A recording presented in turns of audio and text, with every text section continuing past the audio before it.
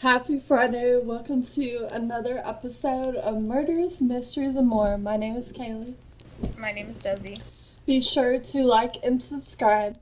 Don't forget to hit the bell next to the subscribe button to turn on post notifications. Before we get into this case, we always encourage those who have useful information to any unsolved case, please report it to your local police and sheriff department. Many have vanished after trekking deep through the thick shaded forest, old and young.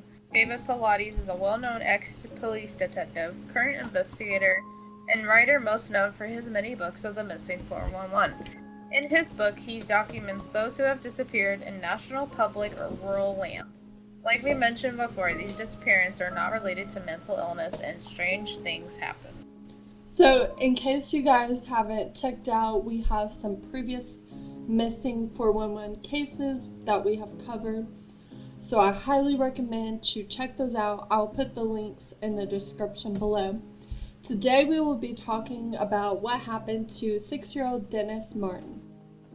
On Father's Day in 1969, Dennis Bill/Will Martin, which was Dennis's dad, his grandfather Clyde, and his older brother went to Spence Field.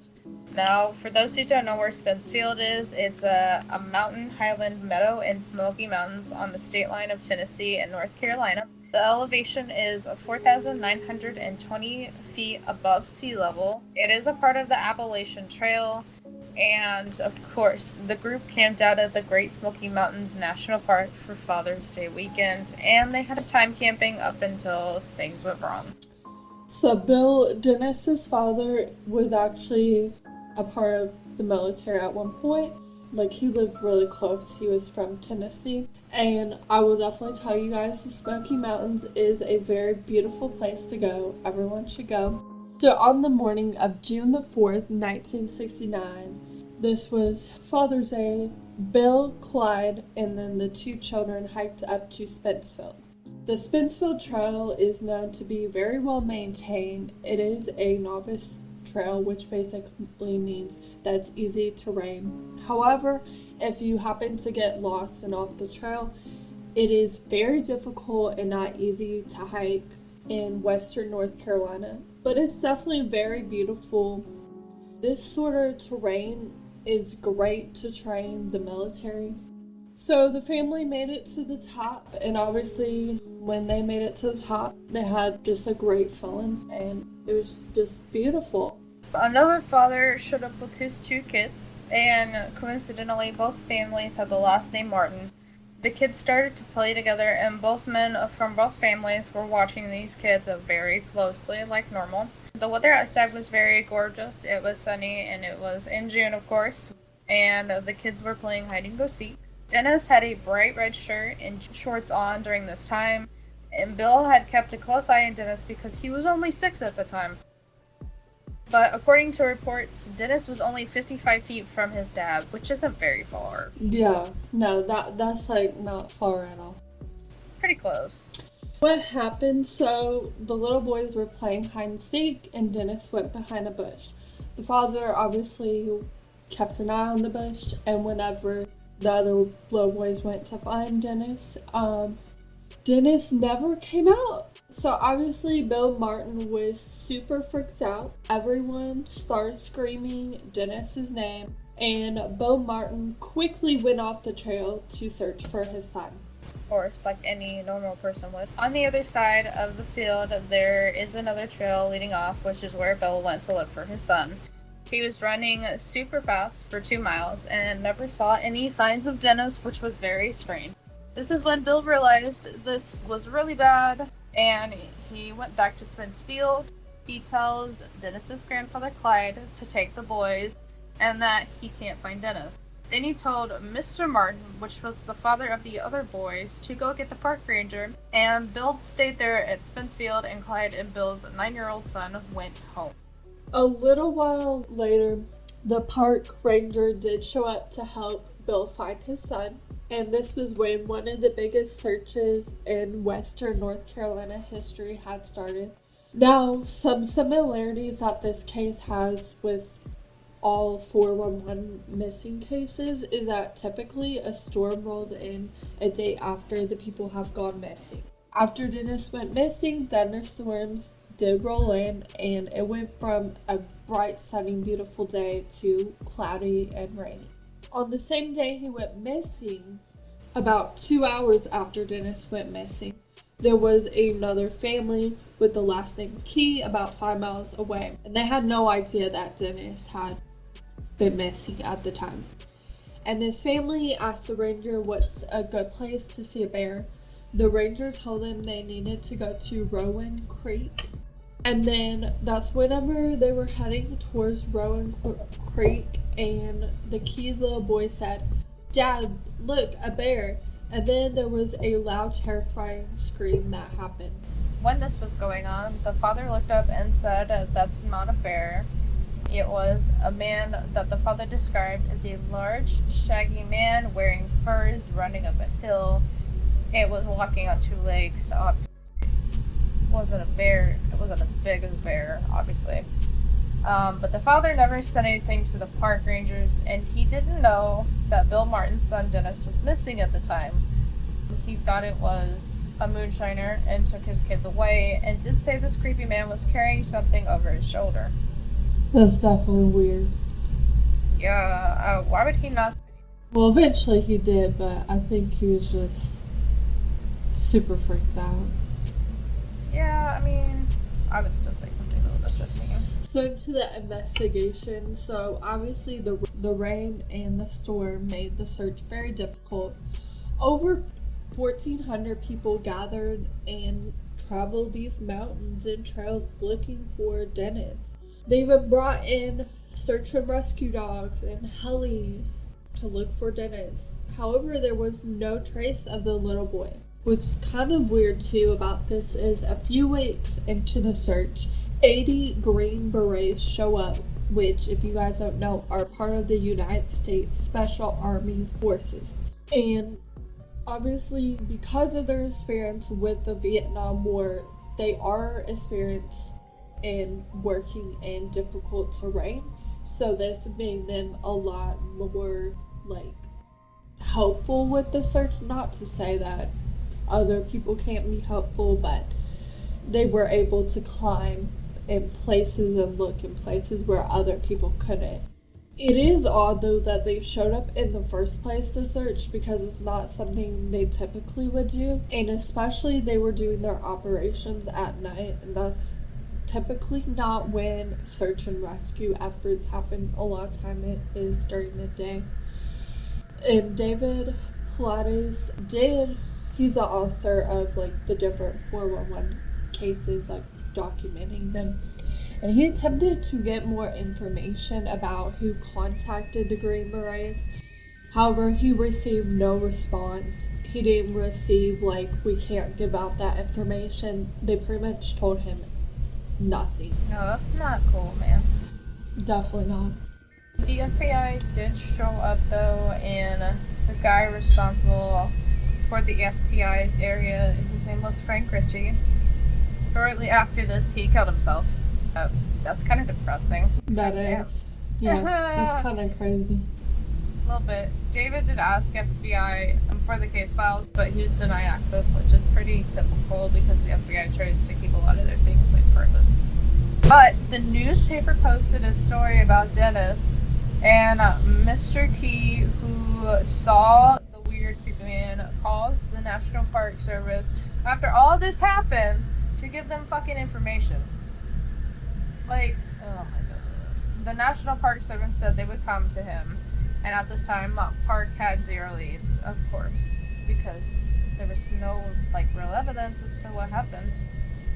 So Mr. Key reached out to Knoxville Herald, which is a local newspaper in Knoxville, Tennessee, and told them everything he saw.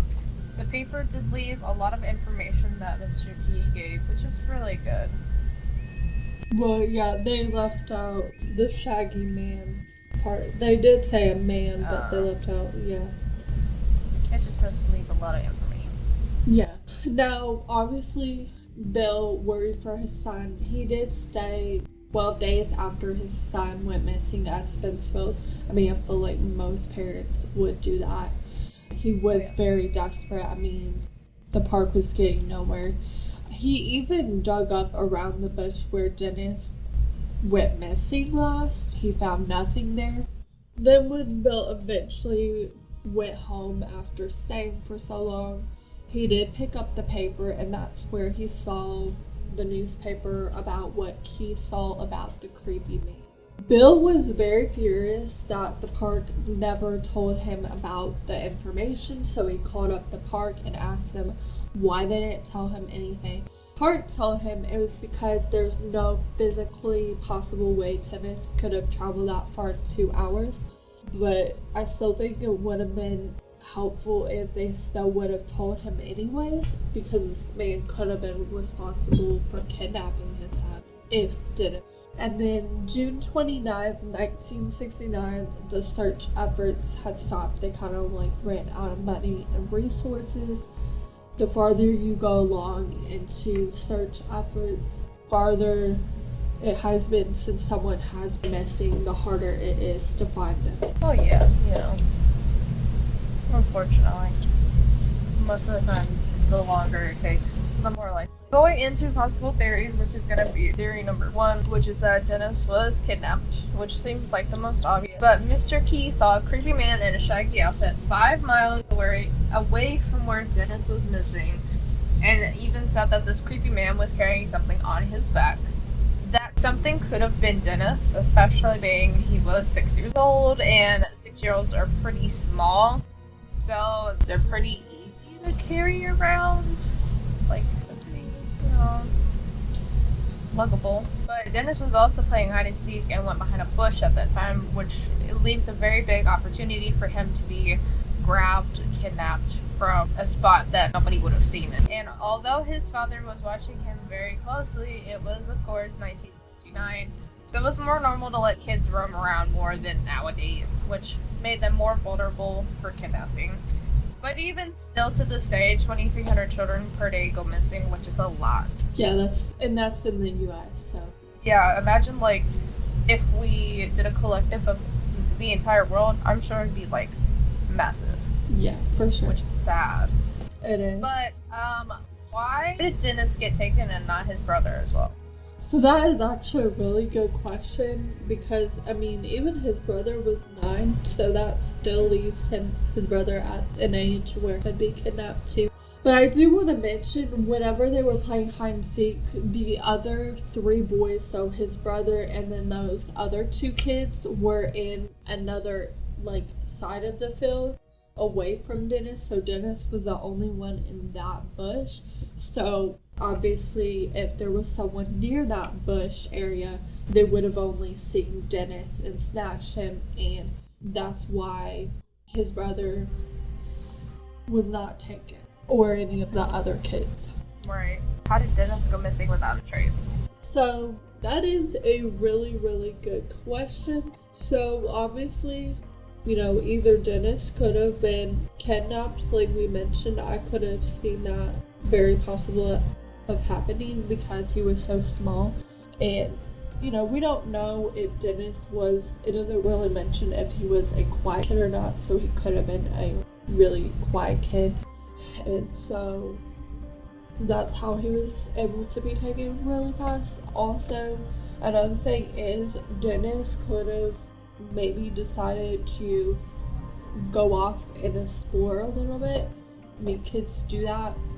And so maybe he went a little bit off trail away from the bush, and then he started to really get lost. And because he went on an area that was maybe not exactly on the trail and it's off the trail, the terrain is a lot different and a lot more difficult, so it would have been a lot harder to search for him in that area. And little kids sometimes can travel farther than you think. You never really know, because there are kids who hike with their parents all the time, and there are kids who love to run, so he could have very easily gotten away. Another really possible theory is wildlife or natural causes. Obviously, this is a part of western North Carolina where wildlife does roam, especially black bears, and especially with it being summer, mama bears are very aggressive if you get anywhere near their babies. Like I said, it was June, so there is warmer weather, so there's more creatures out. So there's also even like bobcats and coyotes as well that are going to be out during that time. Obviously, Dennis would have been very defenseless against the bear. He's only 6 years old. A bear could have easily taken him out, no issues. And like, he didn't have any like weapon to defend himself with. Also, if you guys don't know this, there are 6 venomous snakes known to lurk in North Carolina. They are the copperhead, the cottonmouth, which cottonmouth is more water-based, the eastern diamondback rattlesnake, the timber rattlesnake, and the pygmy rattlesnake, and the eastern rattlesnake. So there is venomous snakes with him only being 6 years old, and he would have had no idea what to do with a snake bite. It could have easily killed him. Also, if Dennis got a little bit off the trail, he would have been in a rugged area and he could have easily slipped and fell and hurt himself. He could have hit his head, fell anywhere. Also, like, shortly after he went missing, it was storming very heavily and the ground was very wet. Even lightning could have possibly even struck him, because there have been a couple instances where trees in North Carolina have been struck by lightning and it starts like a forest fire. He could have been struck by lightning. Do you think a bear or wildlife killed Dennis Martin if he is dead? I think it's very, it's a possibility a bear or wildlife could have killed Dennis, but depending on what kind of, like, animal it was, most of the time there's, like, evidence left behind.